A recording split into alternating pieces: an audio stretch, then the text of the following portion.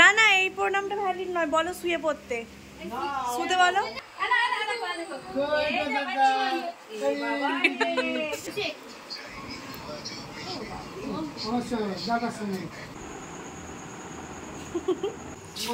আমি এখনো রাখি বাঁধিনি, কিন্তু আমার রাখির গিফট।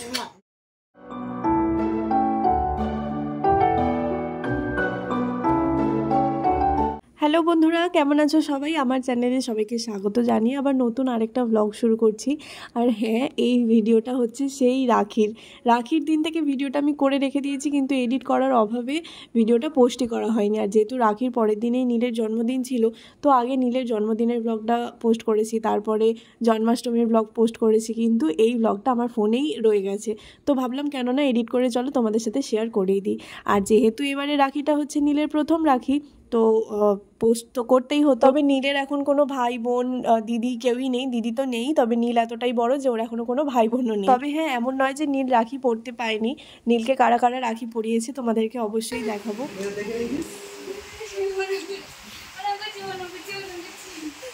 একদম সষ্টাঙ্গে বলো শুয়ে প্রণাম করতে।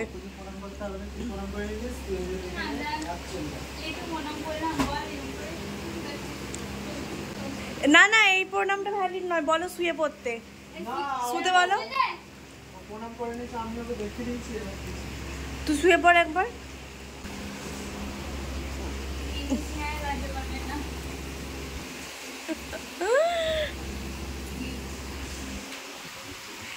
আগের বছর রাখি বেঁধেছিল এই জামাটা পরি, আমার মনে পড়ে গেছে। আমার বাড়িতে এই জামাটাই পরেছিলে।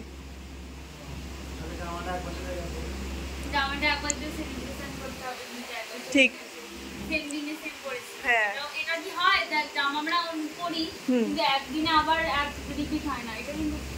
ঠিক, একদম ঠিক। তো দেখো, নেহা যেহেতু রিতকে প্রণাম করছিল না, ওই কারণে রিত বলছিল যে ঠিক আছে তোকে প্রণাম করতে হবে না, আর আমিও চকলেটটা দেখিয়ে রেখে দিচ্ছি। তারপরে নেহা জোর করে নিয়েই নিয়েছে। আর আসলে রাখির গিফট হিসাবে ওইটাই কিন্তু নেহার জন্য এনেছিল রিত। আর আগের বছর রাখির দিন আমার মনে আছে, তখন নীল একদম ছোট, আমি বাপের বাড়িতে ছিলাম। আর রিত রাখির আগের দিনেই নীলকে দেখতে গিয়েছিল, আমাদের বাড়িতে ছিল। আর তার পরের দিনেই নেহার আর মায়ের নীলকে দেখতে আসার কথা ছিল। তো সেই কারণে ওরা যখন আমাদের বাড়িতে গিয়েছিল, তখনই কিন্তু রিতকে নেহা রাখি পরিয়েছিল। তো সেই কারণেই বলছিলাম যে এই জামাটা পরেই কিন্তু ও রাখি বেঁধেছিল। আমি সেইবারেও ভিডিও করেছিলাম আর এইবারেও ভিডিও করলাম। আর এইবারে যেহেতু রাখির পরের দিনই নীলের জন্মদিন, তো সেই কারণে আমি কিন্তু আর বাপের বাড়ি যেতে পারলাম না দাদাকে রাখি পরানোর জন্য। এবারে আমি দাদাকে বলেছিলাম যে আমাদের বাড়িতে এসে রাখি পরতে হবে। আর এমনিতেও যেহেতু পরের দিনই নীলের জন্মদিন, তো দাদাকে তো এমনিতেই আসতে হবে। সেই কারণে আমি মাকে আর দাদাকে বলেছিলাম আগের দিন থেকেই কিন্তু আমাদের বাড়িতে চলে আসতে হবে। তো দাদা বলেছিল যে একেবারে কাজটা সেরে রাতের দিকে চলে আসবে। তো তোমরা এই ভিডিওতে দেখতেই পাবে যে রাতের দিকে মা আর দাদা চলে আসবে আমাদের বাড়িতে।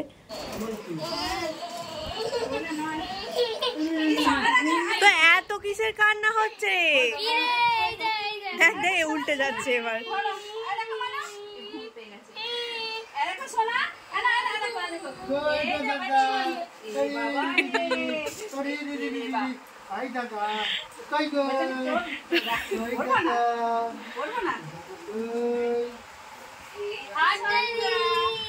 হাততালি দিয়ে দাও,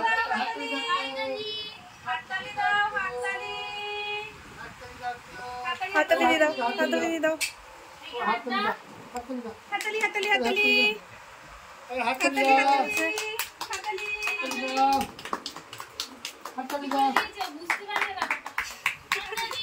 এবার ভালো লাগছে।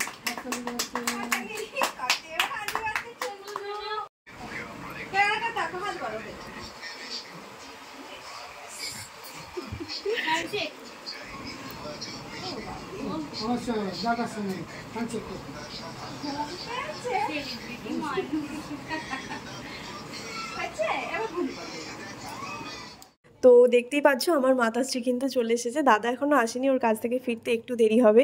আর নীলকে কিন্তু ওর দিদু আর ঠাম্মু এরা দুজনই রাখি পরিয়েছে। না না, আরেকজন রাখি পরিয়েছিল, সে আসলে নীলকে ভীষণই পছন্দ করে, কিন্তু সে নীলের পিসি হয়, তাও নীলকে রাখি পরিয়েছে।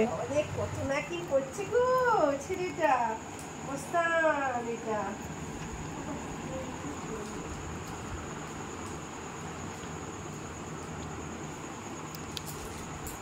আর একটা রাখি পরেছিল, ওর পিসি হয় তাই পরিয়ে দিয়েছিল। কিন্তু সেটা সেই গিফটের ওপরে বাঁধে যে এগুলো, আর ওপরটা তো ফুল হয়ে আছে, সে তাকে দেখে দেখে টেনে টেনেই ছিঁড়ে দিল। এবার চকলেটটা দেখছে। দে পাপা দে, তুই তো খেতে পারবি না, আমি খেয়ে নেবো, দে দে।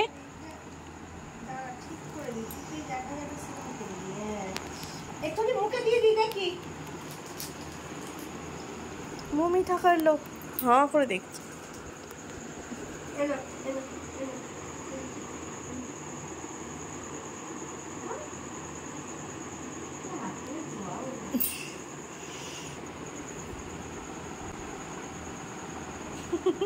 ভালো ভালো না? তেতো লেগেছে মনে হয়। তেতোইটা চকলেট তো তেতোই রে বাবা, যে কোনো চকলেট। কি কেমন করে ডাকছে দেখো।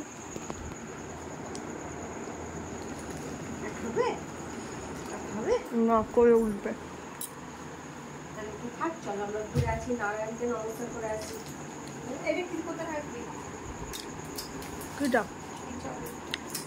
তুমি একটু খেয়ে নাও, তুমি একটু খেয়ে নাও। খাচ্ছে কিন্তু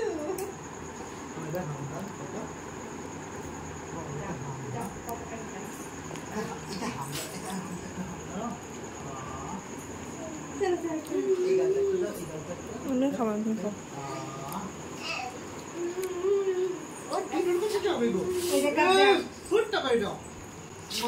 আমি এখনো রাখি বাঁধিনি, কিন্তু আমার রাখির গিফট।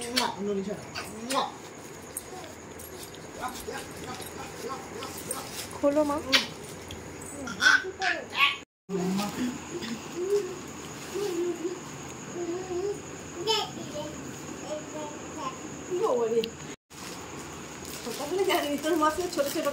আমি যে জামাটা এনেছি ওইটাও ছোট হয়েছে। এইটা মনে হচ্ছে ছোট হবে না। আরো কি আনছিস তুই? এটা মনে একটা মিষ্টি।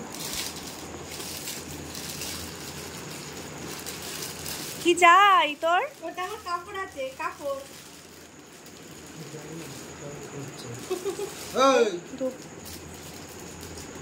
তো এই যে ফাইনালি দাদা এসে গেছে, আর দাদার আসতে অনেকটাই রাত হয়ে গিয়েছিল। আর আজকে আমাদের বাড়িতেও একটা পুজো ছিল, সত্যনারায়ণের পুজো, তো সেই কারণে সকাল থেকে এদিক ওদিক করে আমিও বেশ টায়ার্ডই হয়ে পড়েছিলাম। দেখতেই পাচ্ছ কিভাবে কোমরে কাপড় গুঁজে একেবারে রাখি পড়াচ্ছি আমি দাদাকে। এবারে নো সাজগোজ কিচ্ছু না। আর তার উপরে বিকালে আবার নীলের একটা ফটোশ্যুটও করছিলাম, তো সেই কারণে আরও নীলকে নিয়ে আর কি খুবই ব্যস্ত ছিলাম, যার কারণে আরোই আর কি টায়ার্ড হয়ে গেছি। তো যাই হোক, চলো রাখির দিনটা এই বছর এইভাবেই কেটেছিল। তোমাদের সাথে দেখা হবে আবার নতুন আর একটা ভিডিওতে। ততক্ষণের জন্য সবাই খুব ভালো থেকো, সুস্থ থেকো, টাটা।